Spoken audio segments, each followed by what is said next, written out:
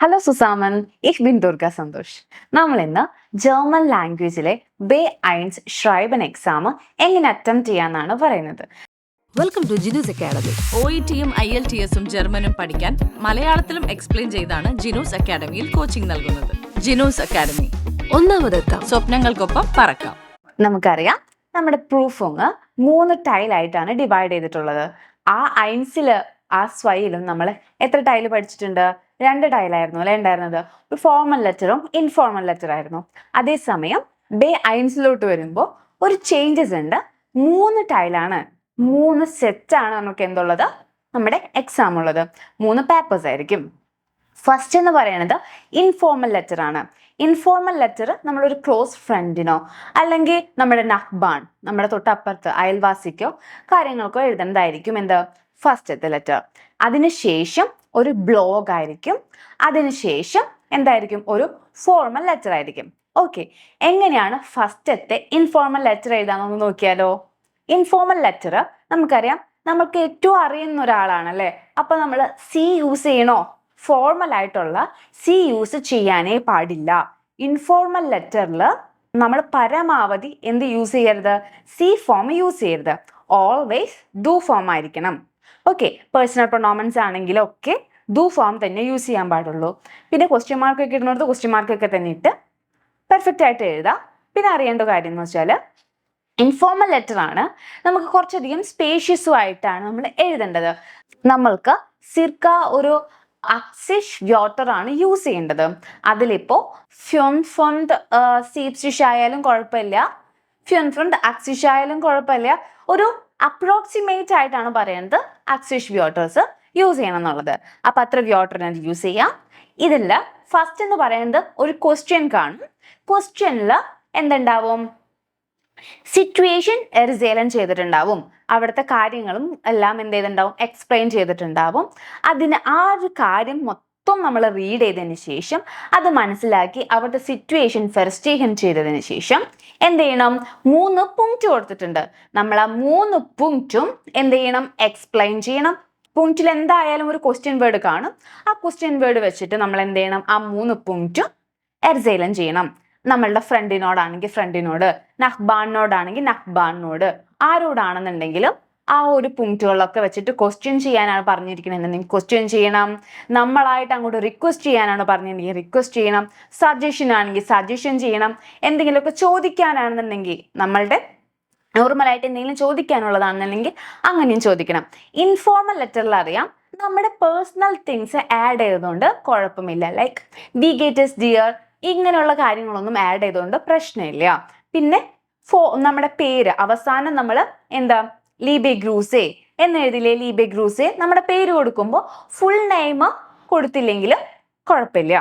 Okay, പിന്നെ ഒരിക്കലും എന്ത് ചെയ്യരുത്, ഫസ്റ്റ് നമ്മൾ ആർക്കാണ് എഴുതാന്നുള്ള കാര്യം പറയുമ്പോൾ ഒരിക്കലും എന്ത് യൂസ് ചെയ്യാൻ പാടില്ല? ഹെർ, ഫ്രൗ, ദാമൻ ആൻഡ് ഹെറൻ ഇങ്ങനെയുള്ള കാര്യങ്ങളൊന്നും യൂസ് ചെയ്യാനായിട്ട് പാടില്ല. കാരണം നമ്മുടെ ക്ലോസ് ഫ്രണ്ട് ആണ്. അപ്പോൾ ആളുടെ സിംപ്ലി ആളുടെ പേര്, ആളുടെ നോർമൽ ആയിട്ടുള്ള പേര് മാത്രം വെച്ച് നമുക്ക് ലെറ്റർ ചെയ്യാവുന്നതാണ്. അപ്പോൾ ഇൻഫോർമൽ ലെറ്ററിൽ ഇങ്ങനെയുള്ള കാര്യങ്ങളൊക്കെ ശ്രദ്ധിച്ച് ഇൻഫോർമൽ ലെറ്റർ എഴുതാം. ഇനി നമ്മുടെ ബ്ലോഗ് എന്ന് പറയുമ്പോൾ നമ്മൾക്കൊരു ടോപ്പിക് തന്നിട്ട് അതിനെ നമ്മളുടെ അടുത്ത് ബ്ലോഗ് ചെയ്യാനല്ല പറയുന്നത്. അതിന് പകരം തരുന്നത് എങ്ങനെയാന്ന് വെച്ചാൽ, ഒരാള് ഒരു ബ്ലോഗ് എഴുതിയിട്ടുണ്ട് ഗസ്റ്റേ ബുക്കിൽ. ആ ഒരു ഗസ്റ്റേ ബുക്ക് നമ്മൾ എന്ത് ചെയ്യണം?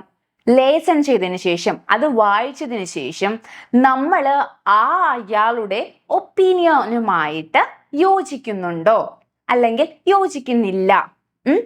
അപ്പൊ നമ്മൾ എന്ത് ചെയ്യണം? ആ ഒരു ബ്ലോഗ് എന്തിനെ കുറിച്ചാണെന്നുള്ള കാര്യം മനസ്സിലാക്കണം. അത് ആരാണ് എഴുതിയെന്നുള്ള കാര്യം മനസ്സിലാക്കണം. അത് അയാള് ആ ഒരു കാര്യത്തെക്കുറിച്ച് സപ്പോർട്ടീവ് ആയിട്ടാണോ അല്ലെങ്കിൽ അഗെയിൻസ്റ്റ് ആയിട്ടാണോ, ഫ്യൂർ ഓർഡർ ഗേഗൻ, സപ്പോർട്ടീവ് ആയിട്ടാണോ അഗെയിൻസ്റ്റ് ആയിട്ടാണോ പറയുന്നതെന്നുള്ള കാര്യം കൂടി നോക്കി കണ്ടിട്ട് വേണം നമ്മൾ എന്ത് എഴുതാനായിട്ട്? ബ്ലോഗ് എഴുതാനായിട്ട്.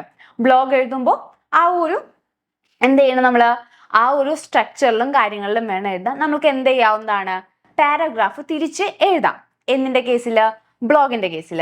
എങ്ങനെയാണ് എഴുതേണ്ടതെന്നുള്ള കാര്യം നമ്മൾ ഇൻട്രോ ഒക്കെ കൊടുത്ത് ഇന്ന ആൾ എഴുതിയ ബ്ലോഗാണ്, ഞാൻ ഇന്ന സാധനത്തിൽ നിന്നാണ് വായിച്ചത് എന്നൊക്കെ എരസേലം ചെയ്തതിന് ശേഷം നമ്മളുടെ ഒപ്പീനിയൻ നമ്മൾ എന്ത് ചെയ്യണം, എരസേലം ചെയ്യണം.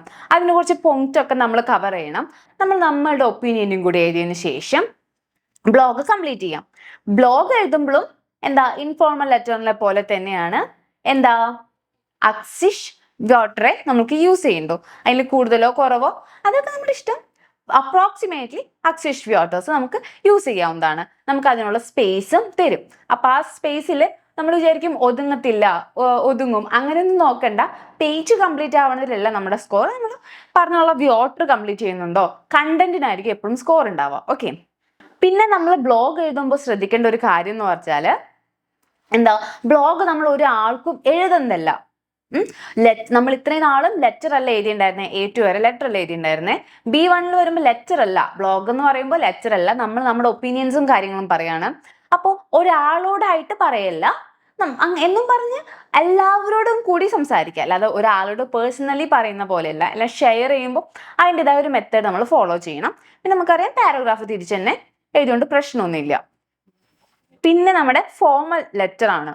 ഫോർമൽ ബ്രീഫിൽ എന്താ, ബാക്കിയുള്ളതിനെ വെച്ച് നോക്കുമ്പോൾ കഴിഞ്ഞ വട്ടം നമ്മൾ A2 ഫോർമൽ ബ്രീഫ് എഴുതിയതല്ലേ, അത് വെച്ച് നോക്കുമ്പോൾ എന്താ കുറച്ച് എഴുതിയാൽ മതി. കാരണം ഫോർമൽ ലെറ്റർ എന്ന് പറയുമ്പോൾ ആവശ്യമുള്ള കാര്യങ്ങൾ മാത്രം പറഞ്ഞാൽ മതി. കാരണം എന്താ, നമ്മൾ കുറച്ച് നമ്മുടെ കമ്പനിയുടെ MD ഷെഫൊക്കെ ആയിട്ടായിരിക്കും നമുക്ക് എന്തുണ്ടാവുക, നമുക്ക് ഫോർമൽ ലെറ്റർ എഴുതേണ്ട വരാം. അപ്പോൾ MDയുടെ അടുത്തൊക്കെ നമ്മൾ കുറേ വർത്താനം പറയുമോ? ഇല്ല. വി ഗേറ്റസ് ഡിയറോ അതുപോലുള്ള കാര്യങ്ങൾ ചോദിക്കാൻ പാടില്ല. പിന്നെ ഫോർമൽ ലെറ്ററിൽ നമ്മൾ ശ്രദ്ധിക്കേണ്ട കാര്യമാണ് എന്ത്, ഡു ഫോം. ഡു ഫോം എന്ത് ചെയ്യരുത്, പരമാവധി അവോയ്ഡ് ചെയ്യണം. അവോയ്ഡ് ചെയ്യണം എന്നല്ല, യൂസേജ് ചെയ്യാൻ പാടില്ല. കാരണം നമ്മൾ എത്രയും ഫോർമൽ ആയിട്ട് ഒരാളോട് സംസാരിക്കുമ്പോൾ നീ എന്ന് വിളിക്കില്ല, എപ്പോഴും താങ്കൾ എന്നേ പറയുള്ളൂ. അതുകൊണ്ട് തന്നെ ഇമ്മർ ഏത് ഫോം ആയിരിക്കണം, സി ഫോം ആയിരിക്കണം നമ്മൾ എന്ത് ചെയ്യേണ്ടത്, ഫോർമൽ ലെറ്ററിൽ യൂസ് ചെയ്യേണ്ടത്. പിന്നെ ഫോർമൽ ലെറ്ററിൽ എപ്പോഴും ലീബെ എന്നൊന്നും പറയാതെ എന്ത് ചെയ്യണം, സെർ ഗെഹേറ്റെ, ഹെർ അല്ലെങ്കിൽ ഫ്രൗ, ദാമൻ und ഹെറൻ, ഇങ്ങനെയുള്ള കാര്യങ്ങൾ ചെയ്യണം. അവസാനം കഴിയുന്നതിന് മുന്നേ ഫീലെ ഗ്രൂസയോ ലീബെ ഗ്രൂസയോ അതൊന്നും ചെയ്യാനായിട്ട് പാടില്ല. അതിന് പകരം മിറ്റ് ഫ്രോൺലിഷൻ ഗ്രൂസൻ എന്ന് പറഞ്ഞിട്ട് നമ്മുടെ ഫുൾ നെയിം വേണം എഴുതാനായിട്ട്. ഈ ഫോർമൽ ലെറ്ററിലും നമ്മൾക്ക് എന്ത് ചെയ്യും, നമ്മളുടെ ഇൻഫോർമൽ ലെറ്ററിൽ തന്ന പോലെ തന്നെ ഒരു പാരഗ്രാഫ് അല്ലെങ്കിൽ ഒരു സെന്റൻസ് നമുക്ക് എന്തിനെ കുറിച്ച് എരസേലം ചെയ്തിട്ടുണ്ടാവും, അവര് സിറ്റുവേഷനെ കുറിച്ച് എരസേലം ചെയ്തിട്ടുണ്ടാവും. ആ ഒരു സെന്റൻസ് നല്ലോണം സ്റ്റഡി ചെയ്തതിന് ശേഷം പിന്നെ അടിയിൽ കൊടുത്തിട്ടുള്ള പോയിന്റ് കവർ ചെയ്ത് 2 or 3 പോയിന്റ് ഉണ്ടാവും. 2 പോയിന്റാണ് എപ്പോഴും കാണാറ്. 2 പോയിന്റ് കവർ ചെയ്യുന്ന രീതിയിൽ നമ്മൾ എന്ത് ചെയ്യണം, നമ്മുടെ ഫോർമൽ ലെറ്റർ കംപ്ലീറ്റ് ചെയ്യണം.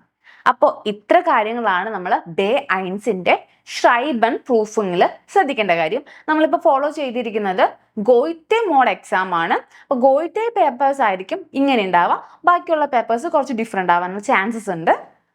സോ ഈ കാര്യങ്ങളൊക്കെ ഫോളോ ചെയ്തിട്ട് തന്നെ എന്ത് ചെയ്യുക, B1 ഷ്രൈബൻ കുറച്ചുകൂടി ഇമ്പ്രൂവ് ചെയ്യുക. അപ്പോൾ എങ്ങനെയാണ് ഒരു ബെയിൻസ് ലെവൽ ഷ്രൈബൻ അറ്റൻഡ് ചെയ്യാന്നുള്ള കാര്യം മനസ്സിലായില്ലേ? സോ ഇനി ഇതൊക്കെ യൂസ് ചെയ്യാൻ നിങ്ങളുടെ ഷ്രൈബൻ പ്രൂഫിങ്ങിൽ choose Gino's Academy. Fly with your dreams.